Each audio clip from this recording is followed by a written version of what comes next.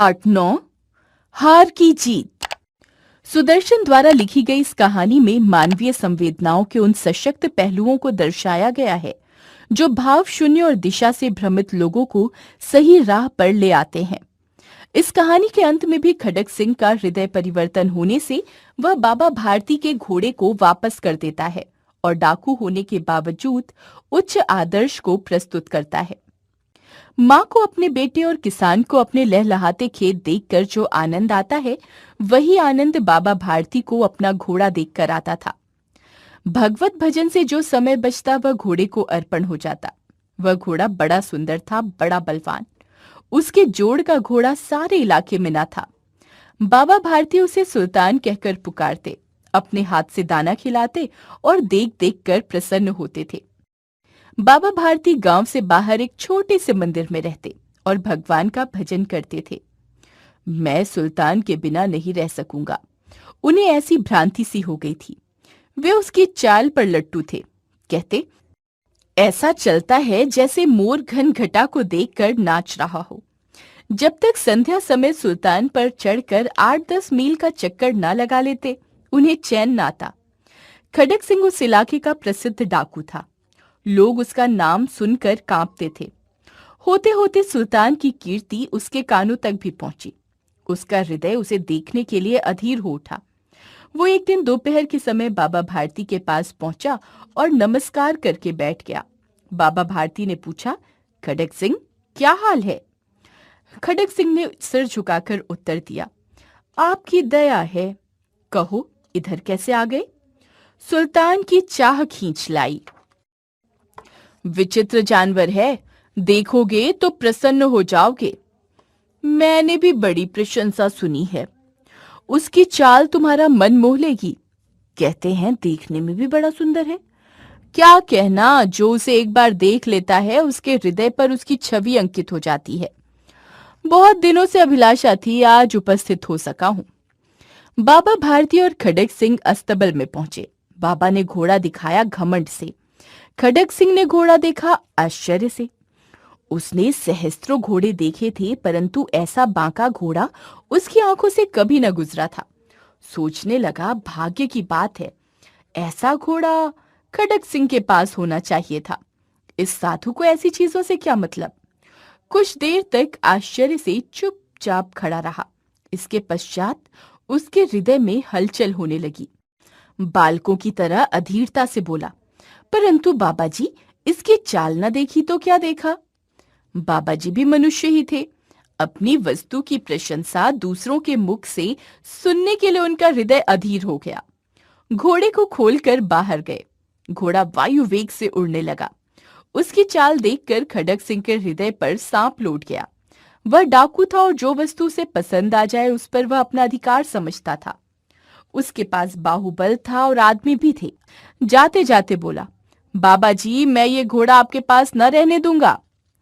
बाबा भारती डर गए। अब उन्हें रात को नींद ना आती।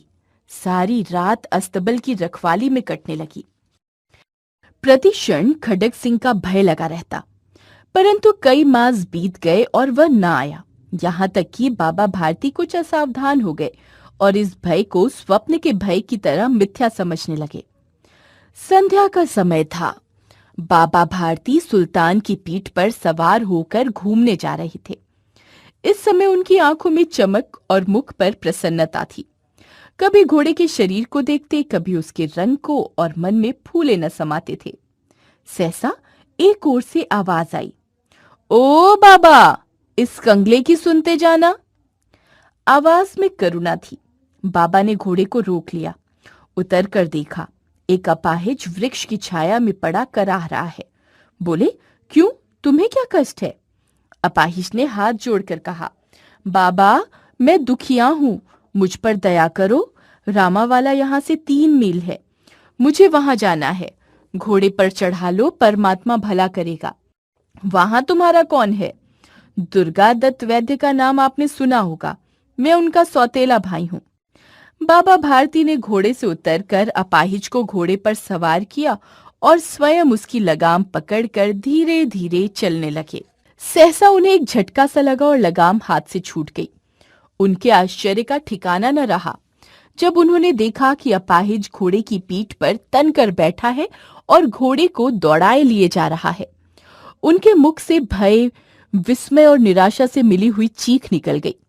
वह अपाहिज डाकू खड़ग सिंह था। बाबा भारती कुछ देर तक चुप रहे और इसके पश्चात कुछ निश्चय कर पूरे बल से चिल्लाकर बोले, जरा ठहर जाओ। खड़ग सिंह ने उनकी आवाज सुनकर घोड़ा रोक लिया और उसकी गर्दन पर प्यार से हाथ फेरते हुए कहा, बाबा जी, ये घोड़ा अब न दूंगा, परंतु एक बात सुनते जाओ। खड़ग सिंह ठहर गया। बाबा भारती ने कहा, ये घोड़ा तुम्हारा हो चुका है, मैं तुमसे इसे वापस करने के लिए न कहूंगा, परंतु खड़ग सिंह, केवल एक प्रार्थना करता हूं, उसे अस्वीकार न करना, नहीं तो मेरा दिल टूट जाएगा। बाबा जी, आज्ञा कीजिए, मैं आपका दास हूं, केवल ये घोड़ा ना दूंगा। अब घोड़े का नाम ना लो, मैं तुमसे इसके विषय में कुछ न कहूंगा। मेरी प्रार्थना केवल ये है कि इस घटना को किसी के सामने प्रकट न करना। खड़ग सिंह का मुंह आश्चर्य से खुला रह गया। उसका विचार था कि उसे घोड़े को लेकर यहां से भागना पड़ेगा, परंतु बाबा भारती ने स्वयं उससे कहा कि इस घटना को किसी के सामने प्रकट न करना। इससे क्या प्रयोजन सिद्ध हो सकता है? खड़ग सिंह ने बहुत सोचा, बहुत सिर मारा, परंतु कुछ समझ न सका। हार कर उसने अपनी आंखें बाबा भारती के मुख पर गड़ा दी और पूछा, बाबा जी, इसमें आपको क्या डर है? बाबा भारती ने उत्तर दिया, लोगों को यदि इस घटना का पता लग गया तो वे किसी दीन दुखी पर विश्वास न करेंगे। ये कहते कहते उन्होंने सुल्तान की ओर से इस तरह मुंह मोड़ लिया जैसे उनका उससे कभी कोई संबंध ही ना रहा हो। बाबा भारती चले गए, परंतु उनके शब्द खड़ग सिंह के कानों में उसी प्रकार गूंज रहे थे। सोचता था, कैसे ऊंचे विचार हैं, कैसा पवित्र भाव है। उन्हें इस घोड़े से प्रेम था। इसे देखकर उनका मुख फूल की तरह खिल जाता था। कहते थे, इसके बिना मैं रह न सकूंगा। इसकी रखवाली में वे कई रात सोए नहीं, भजन भक्ति न कर रखवाली करते रहे, परंतु आज उनके मुख पर दुख की रेखा तक न दिखाई पड़ती थी। उन्हें केवल ये ख्याल था कि कहीं लोग दीन दुखियों पर विश्वास करना न छोड़ दें। ऐसा मनुष्य मनुष्य नहीं, देवता है। रात्रि के अंधकार में खड़ग सिंह बाबा भारती के मंदिर में पहुंचा। चारों ओर सन्नाटा था।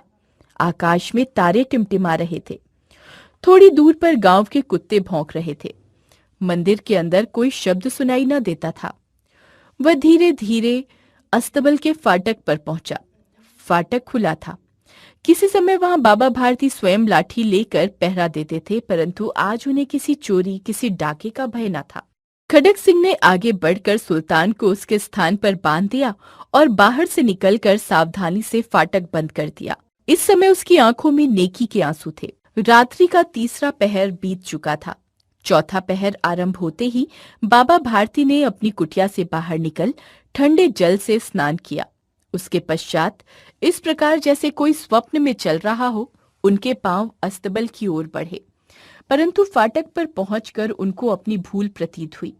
साथ ही घोर निराशा ने पांवों को मन भर का भारी बना दिया।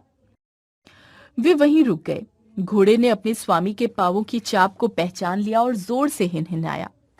अब बाबा भारती आश्चर्य और प्रसन्नता से दौड़ते हुए अंदर घुसे और अपने प्यारे घोड़े के गले से लिपटकर इस प्रकार रोने लगे, मानो कोई पिता बहुत दिन से बिछड़े हुए पुत्र से मिल रहा हो। वे बार बार उसकी पीठ पर हाथ फेरते, बार बार उसके मुंह पर थपकियां देते। फिर वे संतोष से बोले, अब कोई दीन दुखियों की सहायता से मुंह न मोड़ेगा। सुदर्शन।